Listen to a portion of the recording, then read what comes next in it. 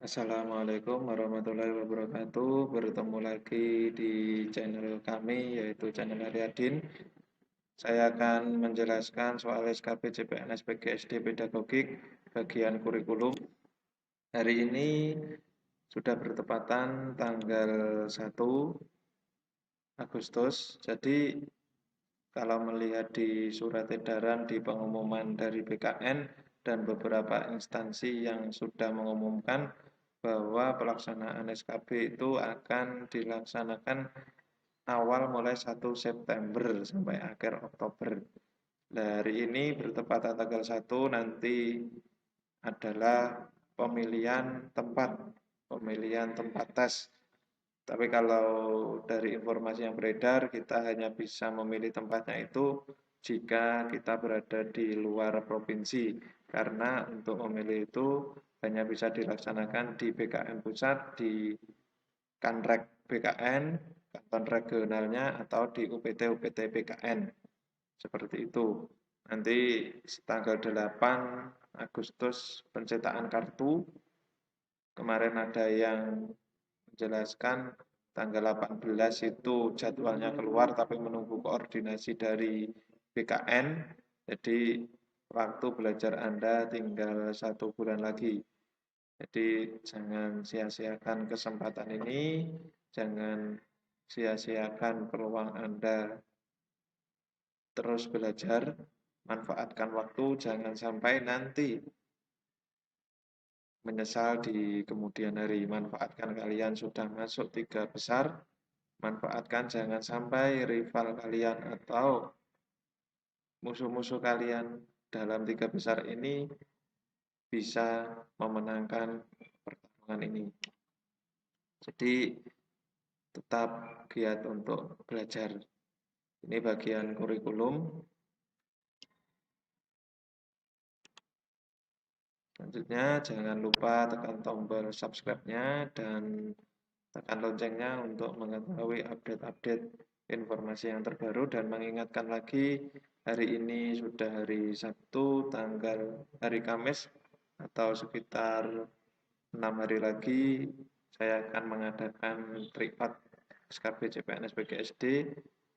Untuk cara dan bagaimana cara ikutnya sudah ada di video-video sebelumnya. Jadi silahkan dilihat. Jangan lupa untuk tetap subscribe.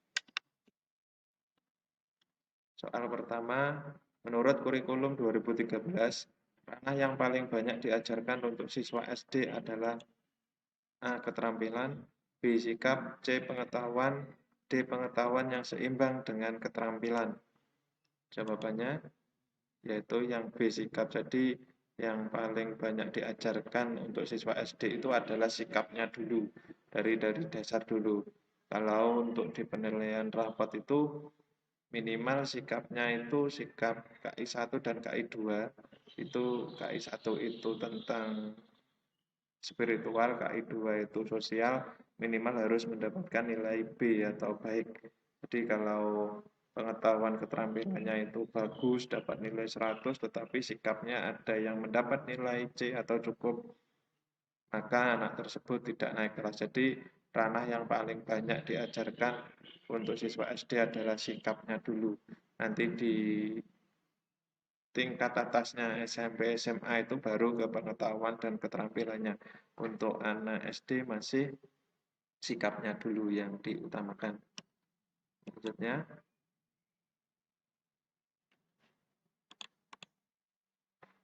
Selanjutnya soal nomor 2 yang merupakan penguatan tata kelola dalam kurikulum 2013 adalah A. Sekolah memiliki full authority dan responsibility dalam menetapkan kurikulum. B. Pemberdayaan sekolah dan satuan pendidikan dengan memberikan otonomi yang lebih besar. Satuan pendidikan dan guru diberikan kewenangan menyusun silabus. Satuan pendidikan dan guru tidak diberikan kewenangan menyusun silabus, tetapi disusun pada tingkat nasional. Jawabannya yang D. Satuan pendidikan dan guru tidak diberikan kewenangan menyusun silabus, tetapi disusun pada tingkat nasional. Ini penguatan tata kelola dalam kurikulum 2013. Soal nomor 3, pendekatan saintifik untuk komponen mengamati dalam pembelajaran tematik. A. Peserta didik mendengarkan suara-suara hewan. B. Peserta didik membandingkan hewan peliharaan dengan hewan liar. C. Peserta didik mengidentifikasi jenis hewan peliharaan. D. Peserta didik bercerita tentang hewan peliharaan. Ini pendekatan saintifik yaitu yang 5M kemarin itu di awal lahirnya kurikulum 2013 pada tahun 2014 itu bahwa model pembelajarannya hanya satu-satunya saintifik atau 5M, tetapi setelah ada revisi di 2016, saintifik itu bukan menjadi satu-satunya metode atau model pembelajaran. Ini komponen mengamati. Ini jelas, berarti jawabannya yang A, peserta didik mendengarkan suara-suara hewan karena ini mengamati langsung suara-suara hewan, ada suara burung bagaimana, suara ayam, suara kambing bagaimana. Jadi komponen mengamatinya yaitu jawabannya yang A, peserta didik mendengarkan suara-suara hewan. Soal nomor 4, pembelajaran terpadu yang menggunakan tema untuk mengaitkan beberapa mata pelajaran sehingga dapat memberikan pengalaman bermakna kepada peserta didik disebut A. Model pembelajaran, B. Pembelajaran bermakna, C. Tematik terpadu, D. Pembelajaran terpadu. Ini juga sudah jelas jawabannya yang C. Tematik terpadu, yaitu beberapa mata pelajaran dikaitkan dalam tema yang sama, dikaitkan dalam satu tema. Jadi mata pelajaran PKN, Bahasa Indonesia, IPS, IPA, SPDB itu dikaitkan, makanya namanya tematik terpadu. Nomor 5, KTSP adalah kurikulum operasional yang disusun, dikembangkan, dan dilaksanakan oleh setiap satuan pendidikan dengan memperhatikan standar kompetensi dan kompetensi dasar yang dikembangkan BSNP. Tujuan umum KTSP adalah, ini adalah sebelum K13 itu ada KTSP, kurikulum tingkat satuan pendidikan. A. Memberi ide tentang pengembangan kurikulum yang diletakkan pada posisi yang paling dekat dengan pembelajaran, yakni sekolah dan satuan pendidikan. B. Sekolah dan komite sekolah mengembangkan kurikulum tingkat satuan pendidikan dan silabusnya berdasarkan kerangka dasar kurikulum dan standar kompetensi lulusan. C. Menciptakan paradigma baru, pengembangan kurikulum yang otonomi luas pada setiap satuan pendidikan dan pelibatan pendidikan masyarakat dalam rangka mengefektifkan proses belajar mengajar di sekolah. D. Memandirikan dan memberdayakan satuan pendidikan melalui pemberian kewenangan atau otonomi kepada lembaga pendidikan dan mendorong sekolah untuk melakukan pengambilan keputusan secara partisipatif dalam pengembangan kurikulum. Jawabannya yang D. Memandirikan dan memberdayakan satuan pendidikan melalui pemberian kewenangan otonomi kepada lembaga pendidikan dan mendorong sekolah untuk melakukan pengambilan keputusan secara partisipatif dalam pengembangan kurikulum. Ini sudah jelas dari asal mula artinya KTSP tadi, yaitu kurikulum tingkat satuan pendidikan. Jadi sekolah itu diberi kewenangan untuk melakukan pengambilan keputusan secara partisipatif dalam pengembangan kurikulum. Mungkin ada ditambahi dengan mata pelajaran yang sesuai dengan daerahnya, itu diserahkan ke sekolahnya masing-masing. Selanjutnya, nomor 6, model pembelajaran yang menekankan pada ditemukannya konsep atau prinsip yang sebelumnya tidak diketahui. Jadi ini konsepnya ditemukan, baru ditemukan. Masalah yang diperhadapkan kepada peserta didik semacam masalah yang direkayasa oleh guru adalah model A. Discovery learning, B. Learning by doing, C. Project based learning, D. Problem based learning. Jawabannya A. Discovery learning, yaitu pembelajaran penemuan, karena konsepnya seakan-akan ditemukan oleh peserta didik tersebut. Jadi peserta didik tersebut benar-benar mengalaminya. Nah, ini salah satu model-model pembelajaran yang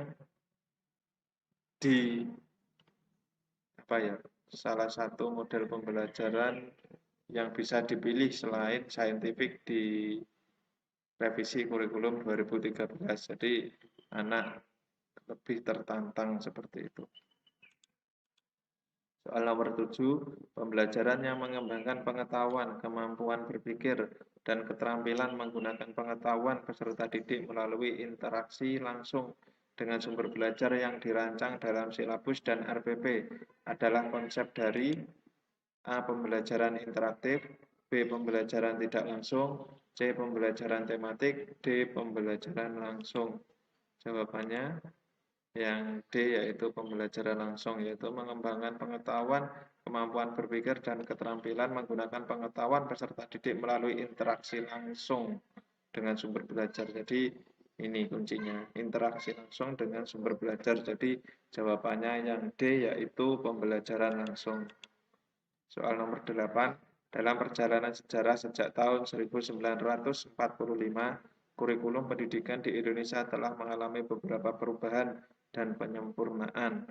Kurikulum yang lahir tahun 2004 disebut juga dengan A. Kurikulum berbasis kompetensi atau KBK, B. Kurikulum rencana pendidikan, C. Kurikulum rencana pelajaran terurai, D. Kurikulum tingkat satuan pendidikan atau KTSP. Jawabannya ini jelas, kurikulum berbasis kompetensi atau KBK ini lahir pada tahun 2004, kemudian disempurnakan dengan kurikulum KTSP ini 2005. Nah ini sebelum itu, ini mungkin pada waktu Orde Baru, kurikulum Orde Baru. Selanjutnya, nomor 9, kegiatan pembelajaran yang sesuai dengan KD mendeskripsikan perkembangan makhluk hidup adalah A. Siswa menyebutkan jenis-jenis penyerbukan pada tumbuhan. B. Siswa membuat poster tentang bagian-bagian bunga. C. Siswa membuat laporan pengamatan perkembangbiakan tumbuhan. D. Siswa menceritakan perkembangbiakan tumbuhan. Ini mendeskripsikan perkembangan makhluk hidup ya ini. Jawabannya yang C. Siswa membuat laporan pengamatan perkembangbiakan tumbuhan. Kalau hanya menyebutkan ini berarti tidak tahu, tidak langsung mengamati. Membuat poster juga seperti itu, menceritakan, hanya bercerita. Jadi yang paling tepat yaitu membuat laporan pengamatan. Jadi sebelum membuat laporan pengamatan, pasti anak tersebut melakukan pengamatan terhadap perkembangbiakan tumbuhan seperti itu. Soal terakhir nomor 10, mengolah informasi yang sudah dikumpulkan, menganalisis data dalam bentuk membuat kategori, mengasosiasi atau menghubungkan fenomena atau informasi yang terkait dalam rangka menemukan suatu pola dan menyimpulkan merupakan kegiatan dalam pendekatan saintifik berupa A. Mengamati atau observing, B. Mengomunikasikan atau communicating, C. Mengasosiasi atau mengolah informasi atau associating, yang D. Mengumpulkan informasi atau mencoba atau experimenting.